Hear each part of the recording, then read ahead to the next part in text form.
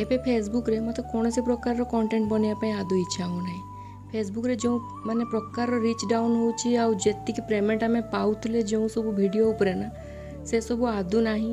ଏବେ ଆଉ ସେ ଆଗ୍ରହ ମଧ୍ୟ ନାହିଁ ଯେଉଁମାନେ ଆମେ ଫେସବୁକ୍ ଉପରେ ସମ୍ପୂର୍ଣ୍ଣ ଡିପେଣ୍ଡେଡ଼ ଥିଲେ, ଯେଉଁ ଭିଡ଼ିଓ ଆମେ କ୍ରିଏଟ୍ କରୁଥିଲେ। କାହିଁକିନା ୟୁଟ୍ୟୁବ୍ର ଯେଉଁ ଆଲଗୋରିଦମ୍ ଅଛି ତାକୁ ଆମେ ପାର କରିକି ଭିଡ଼ିଓ ବନେଇବା ବହୁତ ମୁସ୍କିଲ ଥିଲା। ତ ସେଥିପାଇଁ ଆମକୁ ଇଜି ୱେ ଥିଲା କି ଆମେ ଫେସବୁକ୍ରେ ହିଁ ମାନେ ଭିଡ଼ିଓ ବନେଇକି ପଇସା ମାନେ ଇନକମ୍ କରୁଥିଲେ। କିନ୍ତୁ ଏବେକା ସିଚୁଏସନ୍ରେ ଏମିତି ଲାଗୁଛି ନା, ମାନେ ଯେମିତି କୁହନ୍ତିନି, ଯେମିତି ଆଗରୁ 10ଟା ମାନେ ରୋଟି ଥିଲା ଆଉ 10 ଜଣ ମେମ୍ବର ଥିଲେ ଫେସବୁକ୍ରେ, ତ ସେମାନେ ମିଶିକି ଖାଉଥିଲେ।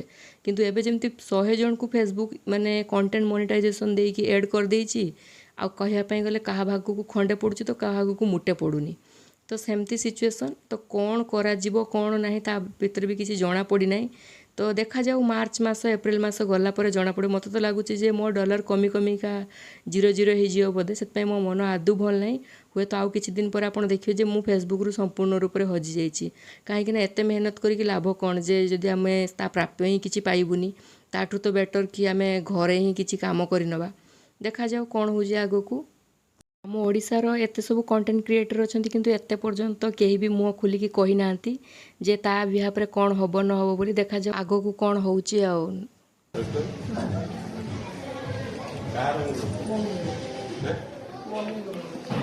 ଏବେ ସୋସିଆଲ ମିଡ଼ିଆ ପ୍ଲାଟଫର୍ମଟା ଏମିତି ହେଇଗଲାଣି କି ଆପଣ ନିଜର ଗୋଟେ କିଛି ବିଜନେସ୍ ଆଣିଲେ, ତାକୁ ଆପଣ ପ୍ରମୋଟ୍ କଲେ, ନିଜ ବିଜନେସ୍କୁ ନିଜେ ଆପଣ ଗ୍ରୋ କରିବା ପାଇଁ ଟ୍ରାଏ କଲେ, ତ ସେଇଟା ହିଁ ବେଷ୍ଟ ଅପସନ୍। କିନ୍ତୁ ସୋସିଆଲ ମିଡ଼ିଆକୁ ନେଇକି ଆଖି ବନ୍ଦ କରିକି ଆମେ କଣ୍ଟେଣ୍ଟ କ୍ରିଏଟ୍ କରୁଛେ କିମ୍ବା ଇଏ କରୁଛେ, ସେମିତି କିଛି ବି ନାହିଁ। କାହିଁକିନା ମୁଁ କିଛି ଦିନ ପୂର୍ବରୁ ବି ବହୁତ ମାନେ ଭାଇମାନେ ଆଗରୁ କଣ୍ଟେଣ୍ଟ ବନାଉଥିଲେ, ମାନେ ବହୁତ କମେଡ଼ି ଭିଡ଼ିଓ ଆସୁଥିଲା, ବହୁତ କିଛି ଜିନିଷ ଆସୁଥିଲା, କିନ୍ତୁ ସେମାନଙ୍କୁ ଆଉ ଦେଖିବା ପାଇଁ ବି ସୋସିଆଲ ମିଡ଼ିଆରେ ମିଳୁନାହିଁ।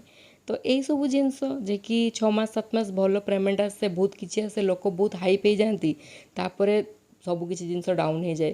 ତ ଏସବୁ ଜିନିଷରେ କୌଣସି ବାସ୍ତବତା ଆଉ ଚିରସ୍ଥାୟୀତା ରୁହେନି।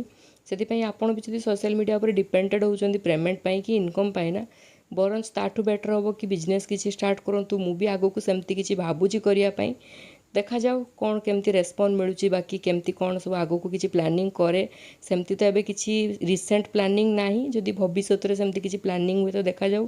ତଥାପି ମୁଁ ଟାଇମ୍ ଦେବି ଫେସବୁକ୍କୁ, ମୋର ଆଉ 2-3 ମାସ। ଯଦି ତା ଭିତରେ ସବୁ କିଛି ଠିକ୍ଠାକ୍ ନ ହୁଏ, ମୁଁ ଆଉ ଏତେ ରିସ୍କ ଆଉ ଏତେ ଟେନସନ୍ ନେଇକି ଫେସବୁକ୍ ଉପରେ ଭିଡ଼ିଓ ବନେଇବିନି। ଯେତେବେଳେ ଇଚ୍ଛା ହେଲା 1-2ଟା କଣ୍ଟେଣ୍ଟ ପକେଇବି। ଦେଖାଯାଉ ଆଗକୁ କ'ଣ ହେଉଛି। ତ ସମସ୍ତେ ଭଲ ପାଆନ୍ତି, ଏତେ ସାରା ଭଲ ପାଇବା ଦିଅନ୍ତି, ଏତେ ସାରା ଫ୍ରେଣ୍ଡ ସର୍କଲ୍ ବନେଇବା ବି ଫେସବୁକ୍ ଉପରେ ଏତେ ସହଜ କଥା ନୁହେଁ। ମାନେ ମୋର ବି ଏଇ ଆଇଡ଼ିଟା ବେଶୀ ପୁରୁଣା ନୁହେଁ, 1 ବର୍ଷ ପୁରୁଣା ହେବ ମୋ ଆଇଡ଼ି। ତ ସେତେ ଭିତରେ ଏତେ ସାରା ଭଲ ପାଇବା, ଏତେ ସାରା ମୁଁ ଫ୍ରେଣ୍ଡ ସର୍କଲ୍ ବନେଇ ନେଇଥିଲି, ମୋତେ ନିଜକୁ ବି ଏତେ ଏକ୍ସେପ୍ଟ ନଥିଲା। ତ ବାଏ ବାଏ। ଏଇଠୁ